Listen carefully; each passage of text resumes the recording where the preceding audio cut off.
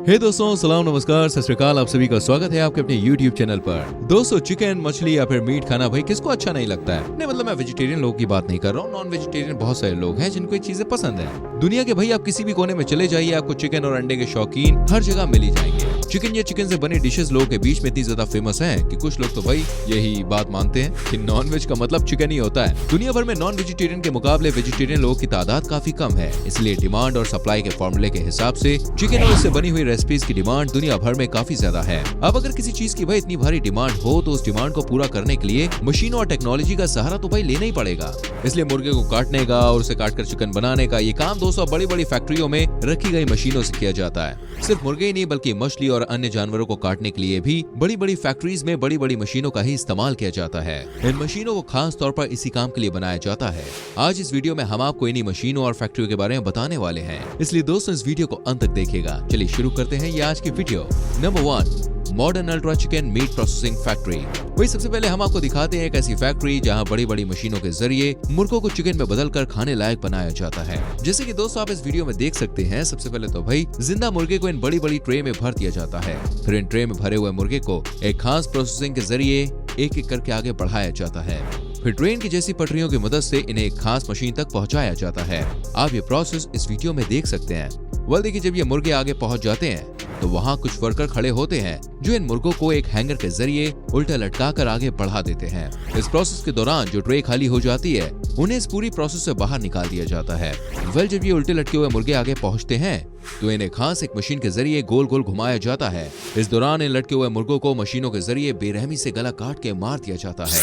मारने के बाद अब इन मुर्गों का खून साफ करने के लिए इन्हें खौलते हुए पानी में डाल दिया जाता है ताकि इनका खून इनके शरीर से पूरी तरह से साफ हो जाए और इनके पंख भी बाहर निकल आए। फिर इन्हें गर्म पानी में खौलाकर दो ब्लेड्स के बीच से निकाला जाता है जो इनके पंखों को काटकर इन्हें एकदम नंगा कर देते हैं, जैसे कि आप इस वीडियो में देख सकते हैं। अब इन धारदार ब्लेड से होकर दूसरी तरफ से ये मुर्गे निकलते हैं।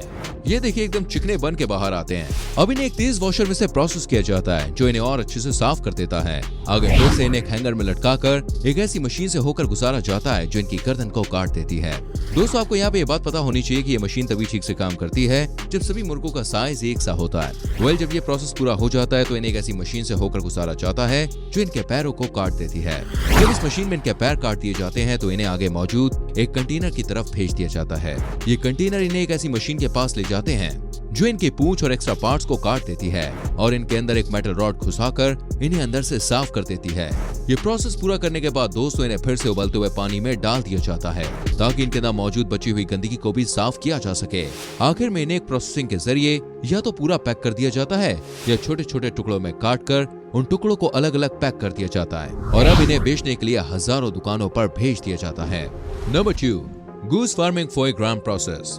दोस्तों चिकन के बाद अब बात करते हैं गूस यानी कि बतखों के। जिस तरह से मुर्गी पालन करने के लिए देखिए पोल्ट्री फार्म का इस्तेमाल किया जाता है, ठीक उसी तरह दुनिया भर में बतखें भी पाली जाती हैं। अभी भारत में इस बिजनेस में इतना स्कोप नहीं है क्योंकि यहाँ बतखों को खाने वाले बहुत कम लोग हैं, लेकिन कई देशों में इस जीव का बहुत बड़े स्केल पर व्यापार किया जाता है। इस अनोखी फार्मिंग का भी अपना एक नाम है दोस्तों, जो कि गूस फार्मिंग के नाम से जानी जाती है। आप इस वीडियो में देख सकते हैं कि किस तरह से गूस फार्मिंग की जा रही है। मुर्गियों की तरह इन बतखों को पालने के लिए एक बड़े से एरिया का इस्तेमाल किया जाता है। इन बतखों को खाने के लिए घास दी जाती है क्योंकि यही इनका फेवरेट फूड होता है। आमतौर पर इन बतखों को पालने की बड़ी वजह इनके अंडे होते हैं। कई देशों में रहने वाले लोग इनके अंडों को भी बड़े शौक से खाते हैं। ये अंडे बहुत ज्यादा डिमांड में रहते हैं।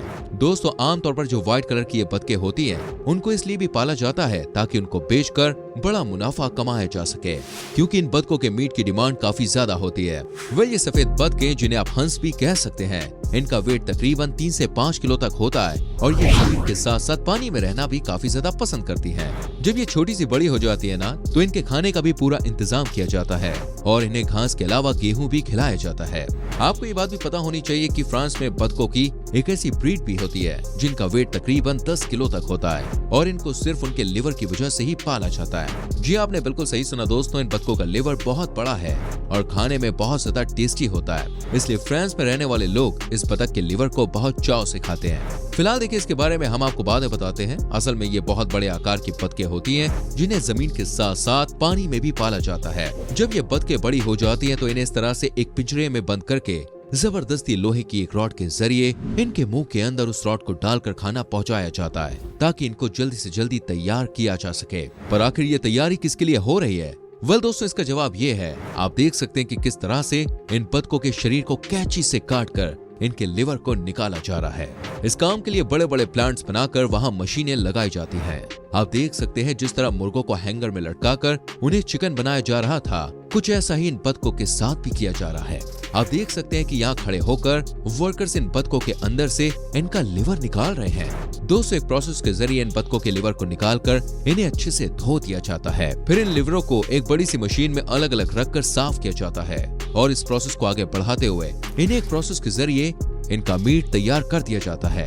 इस मीट को एक मशीन में घुमाकर काट दिया जाता है और फिर आखिर में इन कटे हुए टुकड़ों को पैक करके मार्केट तक पहुंचा दिया जाता है। Number 3, modern fish processing line inside the factory. दोस्तों, चिकन और बतखों के बाद अब बात करते हैं जल की रानी की। जल की रानी से आप समझ गए होंगे कि हम मछलियों की बात कर रहे हैं। मछलियों को दुनिया भर में काफी ज्यादा पसंद किया जाता है। भारत में अगर आप बंगाल की साइड जाएंगे तो वहाँ मैक्सिमम लोग आपको मछली खाते हुए दिख जाएंगे। अब भाई, जिस फूड की इतनी ज्यादा डिमांड होगी तो उसकी डिमांड को पूरा करने के लिए फैक्ट्री और मशीनों का सहारा तो लेना ही पड़ेगा। दोस्तों, आप जिस फैक्ट्री को अपनी स्क्रीन पर देख रहे हैं ना, वो मछली काटने की ही फैक्ट्री है। आप इस फैक्ट्री में देख सकते हैं कि किस तरह मछलियों को काटने के लिए बड़ी बड़ी मशीनों का इस्तेमाल किया जा रहा है। जैसे कि हमने चिकन बनाने वाली फैक्ट्री में देखा था, ठीक वैसे ही यहाँ पहले मछलियों को एक बड़ी सी ट्रे में भरकर रख दिया जाता है। फिर इन्हें एक मशीन के जरिए ऊपर से नीचे की तरफ आगे बढ़ाया जाता है जहाँ वर्कर्स काम कर रहे होते हैं। ये वर्कर इन मछलियों को दूसरी मशीन में डाल देते हैं जहाँ इन्हें एक धारदार ब्लेड से निकाला जाता है। ये ब्लेड इन मछलियों के सरों को काटकर अलग कर देता है।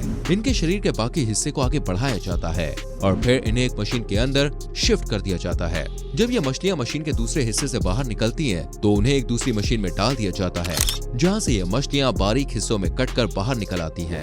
इस मशीन की दूसरी साइड में खड़ा हुआ एक वर्कर इन्हें 2 हिस्सों में काट देता है।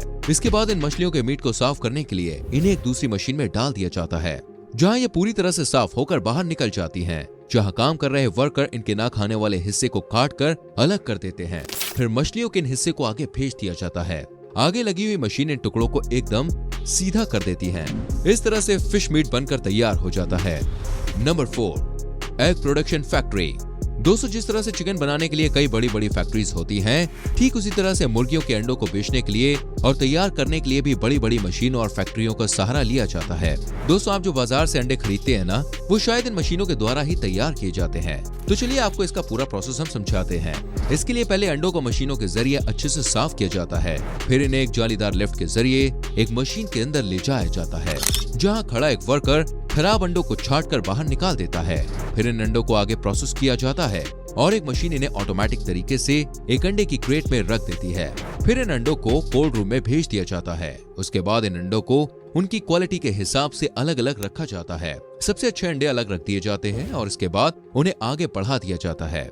फिर इन अंडों को एक भारी मशीन से उठाकर एक अलग जगह पर पहुंचाया जाता है जहां पर उन्हें अच्छी तरीके से साबुन और केमिकल के जरिए साफ किया जाता है। जब ये अंडे मशीनों के जरिए अच्छे से साफ कर दिए जाते हैं तो फिर इन्हें एक मशीन एक अलग कार्टून में पैक कर देती है। दोस्तों, अब आपको पता चली गया होगा कि एक अंडा कितनी सारे प्रोसेस से गुजर कर आप तक पहुँचता है। नंबर 5, अमेजिंग शीप फार्मिंग वूल हार्वेस्टिंग फैक्ट्री। हमने आज की वीडियो में दोस्तों चिकन, फिश, अंडे इन सभी को बनते हुए देख लिया। चलिए अब जरा इस पे भी नजर मारते हैं कि ऊन कैसे बनता है। अब हम आपको दोस्तों एक ऐसी फैक्ट्री के दर्शन कराने वाले हैं जहां भेड़ों से ऊन को निकाला जाता है।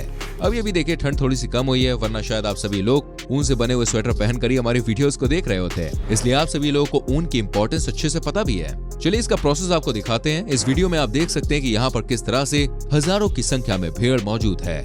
इन भेड़ों के ऊपर सबसे पहले एक ट्रिमर चलाया जाता है। इस ट्रिमर के जरिए इनके भारी भरकम बालों को इनके शरीर से कुछ इस तरह से अलग कर दिया जाता है। ये देखने में ऐसा लगता है जैसे कि भाई इनके कपड़े उतार लिए गए हैं। फिर भेड़ों के इन बालों को प्रोसेसिंग के लिए आगे बढ़ा दिया जाता है, जैसे कि आप इस वीडियो में देख सकते हैं। फिर इन्हें एक बड़े कंटेनर में रखकर इन पर कलर कर दिया जाता है और इस तरह से ये ऊन पूरी तरह से तैयार है और अब इनसे भाई स्वेटर्स बनाए जा सकते हैं। तो दोस्तों, आपने देखा किस तरह इन जानवरों को फैक्ट्री में न सिर्फ तैयार किया जाता है बल्कि उन्हें वहीं पर खाने लायक भी बनाया जाता है। हो सकता है कि आपको इस प्रोसेस के बारे में पहले ठीक तरह से पता ना हो, लेकिन हम आप तक सारी जानकारी पहुंचाने की हमेशा कोशिश करते हैं। वीडियो कैसी लगी हमें कमेंट करके जरूर बताएं। इसको लाइक करें, शेयर करें और आने वाली वीडियोस को देखने के लिए चैनल को सब्सक्राइब करके बेल आइकन प्रेस करें, जिससे आपसे कोई भी वीडियो कभी भी मिस ना हो। मिलते हैं फ्रेंड्स अगले वीडियो में। Till then bye bye, take care मेरी जान।